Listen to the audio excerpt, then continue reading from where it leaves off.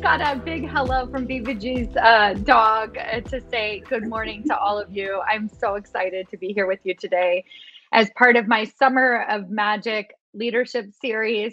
We're talking about making supernatural leaps in your career and in various aspects of your leadership. Today's guest is amazing. I'll have her introduce herself here in a minute, but let me just say hello, talk a little bit more about what we're doing. I've been coming live on here every single week this summer.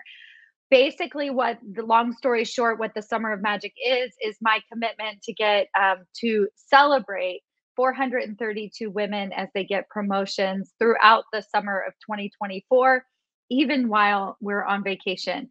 And this was born a couple of years ago as I had a couple of women clients that were working with me and they were calling me up saying, "Oh my God, you're never going to believe what just happened. I got a promotion and I was standing on the beach." Right. And I'm like, well, yeah, of course you can. And so I want to make sure all of you know that's possible too and exactly how to do it. So we're sprinkling a little magic into your lives today. And my guest is a magical visibility expert, and I'm going to have her introduce herself. Hi, BBG. Welcome. Hi, Stacy. I was hiding and muting because I'm worried Emily will start barking again. We don't mind. Thanks for having me. I'm excited to be here. I'm really curious. 432. Why?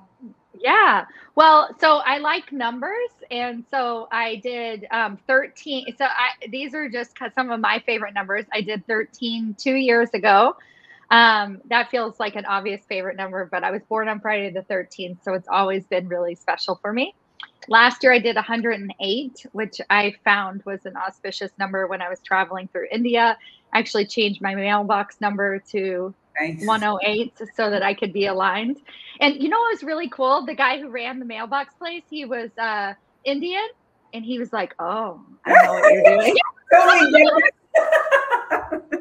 And then my mom's favorite number is 32. And so when I was like, okay, I want to double it, triple it, whatever, 432 just popped into my head. And so that's what we're going for this year. I think we're over halfway there in our celebrations. It's just been so phenomenal to, and also for the women themselves, I think, to be seen. We put the notification up on LinkedIn, and like as a leader, you'll say, "Oh, I got promoted," right? Mm-hmm. But when somebody else recognizes that promotion and then I put it on my feed, I can see that them being seen and recognized more publicly is such a huge part of our ability to celebrate ourselves. So that's been really powerful. I'm so glad you asked, Bibigi. You're amazing. Thanks. I love already. I really want to I'll introduce myself in half a second, but I do want to piggyback on what you just said about people saying that they got promoted on LinkedIn. That is such a fantastic place to get visible and to own, you were asking about owning your leadership story. So when I see people talk about the fact that they got promoted, they'll say, oh, they'll either use the LinkedIn way of saying it, or they'll say, oh, I'm so excited I got promoted. Mm-hmm. But there's a whole story behind it. Yeah. There's a whole, what happened, why, with who, what does it mean for you? Like, can you take us along with you in a post, even if it feels scary and vulnerable, that tells us why you got promoted? Or even that story of like being on the beach and someone calls you and says you got promoted, and what it means for you. I think that is such a cool way of starting to play with visibility and owning it rather than being neutral about it. I got promoted and that's it, Yeah, I was thinking when you said that. So the idea that there is a process to getting promoted, I think, is something that we do, right? We'll do a certain number of things, but then when we go to celebrate it, I think a large part of the challenge is that so many people are celebrating as if it just happened. Yeah. Right. And so when you tell this story and you actually say, whether it's I worked hard, or I built allies, or I set myself up so the magic could happen, right? I've been watching the Olympics, and I noticed that the female commentators use the word magic a lot, actually. And there's no part of me that watches the Olympics and thinks that these athletes did not work hard to get where they are. And they're not separate, right? And so to really see that we set ourselves up, and we create and open ourselves up to the magic, that's actually what we're doing, is the process, is the work. Yeah. Yeah. And the belief also. So that's a really good example, like the Olympics, because I was thinking before we met, I was thinking about what does it mean, right? Like in the context of visibility, what does magic mean? And I think part of it is the belief in possibilities, like the belief in things that you might not think are for you, right? Like that stretch that really far. The athlete who's now at the Olympics, it was a belief that was bigger than a lot of things. You have to step into that belief to even be able to get there. And I'll listen to athletes being interviewed, and they have this tranquil confidence, right? There's no arrogance. They're just, I've done the work, but I've also like visualized, and like there's so much I've done to be where I am that they're sort of settled into it. And we know how hard it is, and we know the impacts on mental health and all of that, but they're also settled into the magic that they've created by the belief and by the hard work and by like everything that's been happening in the background. Maybe I'll introduce myself. Yeah, no. And also, before we do that, so we just dove right in, and I'm so grateful because BBG doesn't mince words, right? We start right in the middle, and I'm so thankful for that. So, but if you are watching and you feel like you just joined us in the middle and you don't know what to comment or say, just say hello. Let us know that you're there. Comment in the comments. And this helps as part of the magic. This is the algorithmic part of the magic. When you comment, other people find us. So we want people to be able to listen and appreciate and grow from this work that both of us are doing out in the world. So say hello, and then BBG, who are you? Let me go see the comments also, because I can't see anybody. I don't know exactly. Okay, so I'm a speaker, a podcaster, I'm a mom, and I have this obsession with helping women leverage visibility, sort of get what they want. I have come to a point where I think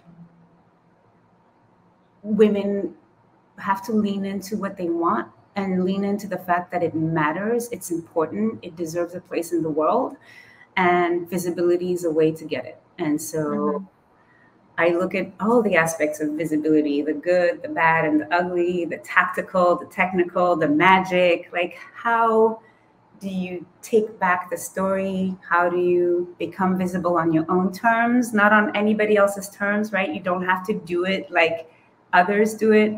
What do you need? How do you become visible? How do you tell your story? And how do you get what you want? So that's what I do. And she's so, you all got to witness this, where you asked me a really powerful question about my numbers and why I chose 432. And I already felt more visible and more seen. And I actually realized, with all the posts and the emails and the, claiming of 432, I've never actually told the story of like that was the first time I've told the story. So I appreciate you so much and your ability to pull that out. And actually, we have a really great podcast episode that Bibigi and I did a while back, but go to stacymayer.com/podcast. And Marie, if you know the actual episode, because Marie knows everything. So, put it into the comments, or we'll do later. Because it's a good one. It was a fun episode. Yeah. It really was. So we talked a little bit about celebrating on LinkedIn, and I kind of remember from our podcast episode, we talked about the idea of visibility. And I think on LinkedIn, maybe in particular, since that's where we are right now, maybe that's a good place to start. But a challenge that I find from my clients is that while LinkedIn is a social media platform, it has repercussions, at least in our, and I think maybe some warranted, like, you don't want to post something, on LinkedIn that you don't want your boss to read, right? So it feels like it's challenging to be truly visible on this social media platform, which is asking you to be vulnerable and real. Yet these are people you work with or people that you would like to have a working relationship with. So how do you think about LinkedIn in general in terms of visibility? A few things. I think we have collectively a fear about that professional aspect of LinkedIn, and we haven't particularly defined what that means. But what it's done is created this separation where we feel we need to show up in a certain way. The truth is, we don't show up like that necessarily at work. We show up as ourselves at work. There are things, you manage how you show up and for whom you show up. But we cannot be neutral and bland on LinkedIn because we feel that's a safe thing to do, because we're not going to get what we want in that way. People choose people, right? Like they choose specific things about people. If you look for podcasters or you look for speakers or you look for advisors, there are tons out there. The reason you'll want to reach out to me is because you choose me because of what you see of me. And so what we feel is a risk is actually a way of letting people in. And so we really have to ask this is one of my favorite questions. What is the real risk? Right? Like, what is the real risk? We have all of these stories that we're telling ourselves. We expect the worst. We think that we just have to completely disappear. But what is the real risk? And flip it around. If you're not visible, what's the risk of not being visible?